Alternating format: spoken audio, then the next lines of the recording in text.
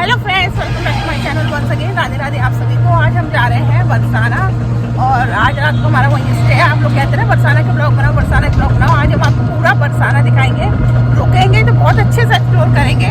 तो ये वीडियो जो रहेगा ये तो बरसाना तक रहेगा। कौन सा होटल लिया तो आप बने रहिए, ब्लॉग एंड तक देखिएगा। पूरा बरसाना का आपको इस बार लाइव रास्ता भी दिखाऊंगी। बहुत प्यारा रास्ता अगर आप वृंदावन से बरसाना जाते हो। मम्मा मुझे बताना है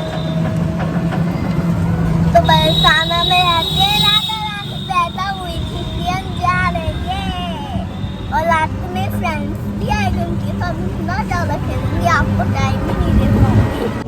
हेलो तो चैनल के राधे राधे है। तो आज मैं चली बरसाना बरसाना।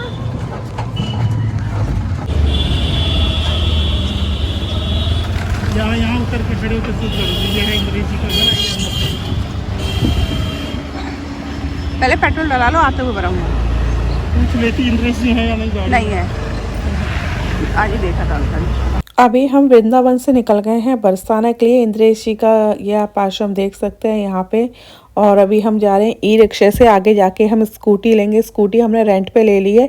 आप भी अगर वृंदावन से बरसाना जा रहे हैं तो स्कूटी रेंट पे अगर ले लेते हैं तो ज़्यादा अच्छा है। अगर सुबह जाके शाम को आना है तो बहुत ही अच्छा है। आप मॉर्निंग में स्कूटी रेंट पे लीजिए और निकल जाइए सीधा बरसाना। आपको सस्ता भी पड़ेगा। अगर आप पर्सनल ऑटो करके जाते हैं तो आपको सस्ता पड़ेगा। अगर आप शेयरिंग में जाते हैं तो स्कूटी आपको कॉस्टली पड़ सकती है। स्कूटी अगर आप रेंट पे लेते हैं तो स्कूटी आपको मिलती है करीब 600 रुपये पर डे के हिसाब से। और उसमें आपको फ़ायदा ये है कि जैसे आप बरसाना जाते हो तो बरसाना में भी आपको इधर उधर घूमने के लिए ई रिक्शा चाहिए। और ई रिक्शे का आपको पता है कि अगर आप पर्सनल ज़्यादा लोग हो, पूरा एक बुक करते हो तो फिर बरसाना तक के जैसा हमने पता किया 350 इस तरीके से मांगते हैं। पर्सनल 450 भी मांग लेते हैं। और अगर शेयरिंग में जाते हो तो आप 50 या 100 रुपये में पहुँच जाते हो। ये आपका वीडियो देख लेना आ जाएगा। इन भैया के यहाँ से हम लोग आए हैं, माता जी के खास है, लेके हमें यहाँ तक छोड़ा है। कभी भैया आपको वृंदावन में मिल जाए, बहुत अच्छे भैया। आप इनके ऑटो में जाइए, बैठ के आपको अच्छे से सही से गाइड करके आपको छोड़ देंगे। उन्हें बुला दो भैया, इसलिए हम उसी में जोड़ देंगे। राधे राधे भैया।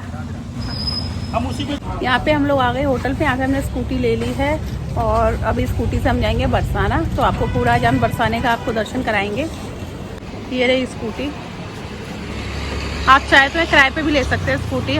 और यहाँ से हम निकल गए हैं बरसाना के लिए, वृंदावन से बरसाना। और मैं आपको बता रही थी अगर आप वृंदावन से बरसाना जैसे अगर आप जाते हैं तो स्कूटी ले लें, ज़्यादा अच्छा है। मैंने भी आपको बताया भी वो, इसलिए भी मैं अपना पर्सनल एक्सपीरियंस बताऊं तो जैसे हम लोग जाते हैं तो हमारा जिस तरह के काम है तो हमें चाहिए होता है कि हम अपना पर्सनल ही कुछ हो, व्हीकल हो, चाहे ई रिक्शा हो, कैसे भी हो। और ई रिक्शा में प्रॉब्लम यह है कि हर जगह नहीं जा पाता, बहुत पहले ही उतार देता है तो बहुत ज़्यादा टाइम कंज्यूमिंग हो जाता है। तो इसलिए हमें स्कूटी ठीक लगती है, भले ही हम आज जाए और कल वापस आ जाए। उससे क्या होता है, आप स्कूटी से आपका टाइम बहुत ज़्यादा बच जाता है।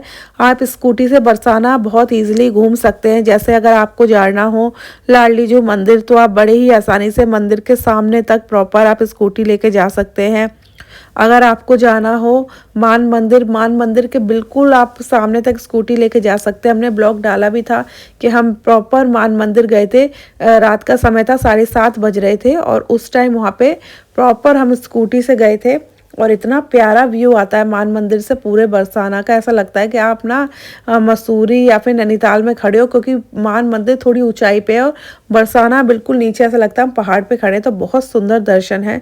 हम बहुत और रास मंडल गए थे और भी जगह गए थे। आप जैसे मोरकुटी जा रहे हैं या गेबरबंद जा रहे हैं, कहीं पे भी जा रहे हैं तो वहाँ तक आप आराम से अपना स्कूटी से जा सकते हैं। आसपास और भी जैसे कोकिला वन है, बहुत सारी जगह हैं तो आप किसी से भी पूछ के आराम से स्कूटी से जा सकते हैं। और आज मैं आपको वृंदावन से बरसाना लेके जा रही हूँ, प्रॉपर रास्ता भी दिखा रही हूँ। और मैं आपको बता दूँ कि जब हम वृंदावन से बरसाना जाते हैं तो जो रास्ता बीच में है बहुत ही प्यारा, बहुत ही सुंदर रास्ता है। और जैसे वृंदावन आते हैं, वृंदावन से हम सबका भाव जुड़ा हुआ है। लेकिन जब भी मैं बरसाना जाती हूँ तो बरसाना ऐसा लगता है कि वाकई में बरसाना बहुत सुंदर है। अभी भी हम बरसाना में वो दर्शन कर सकते हैं कि जैसे हम सोच सकते हैं कि आज से 5,000 5,500 साल पहले कैसा हमारा बरसाना रहा होगा, हमारा वृंदावन रहा होगा। ये चीज़ अभी भी हम बरसाना में देख सकते हैं। बरसाना में भी इतना ज़्यादा विकास नहीं हुआ है। अभी भी बरसाना की आप कुंज गलियाँ देख सकते हैं, वही घर पुराने टाइप के, इतना ज़्यादा विकास नहीं है और बहुत मतलब बिल्डिंग्स वगैरह नहीं बनी है। जैसे मल्टी स्टोरेड बिल्डिंग बन गई है वृंदावन में, बरसाना में ऐसा कुछ भी नहीं है। तो बरसाना में भी आप घेवर वन चले जाइए। और जैसे मैं आपको बता रही थी कि रमेश बाबा हैं, जैसे कल वाले आपने ब्लॉग में देखा होगा, मैंने आपको दर्शन भी कराए थे ब्लॉग के थ्रू। हमने भी दर्शन किए थे जब हम गए थे माताजी गौशाला, जिसका ब्लॉग पड़ा हुआ है ऑलरेडी मेरे चैनल पे। तो कहते हैं कि जो घेवर वन है मोर कुटी है, और हम जिस रास्ते से माताजी गौशाला गए थे, कल आपने देखा भी होगा कि हम राधा रानी मंदिर के पीछे वाले रास्ते से जा रहे थे। ये रास्ता भी न्यू बन रहा है, किसी को पता नहीं है, तो पीछे से आप बहुत ही आसानी से पहुँच सकते हैं माताजी गौशाला। नहीं तो पहले बहुत ही बेकार और कच्चा रास्ता था, और उस रास्ते से आप जाएंगे तो पीछे का जितना एरिया है वो कहते हैं, और जैसे मान मंदिर वाला जितना एरिया है जहाँ एकदम जंगल और जंगल टाइप का है, कहते हैं वो पूरे एरिया को कब का यहाँ पे विकास हो चुका होता, प्लॉटिंग हो चुकी होती।